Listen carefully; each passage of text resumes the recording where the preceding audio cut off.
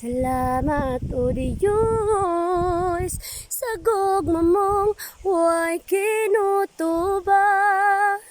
Ikaw lamang ang angayan, pasalamatan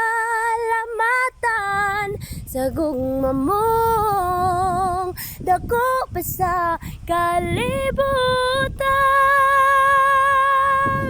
Ihalat ko ang akong kinabuhi, kanimo ako mag-aawi, magadaigog, magasimba, tungod kay takos ka, takos kang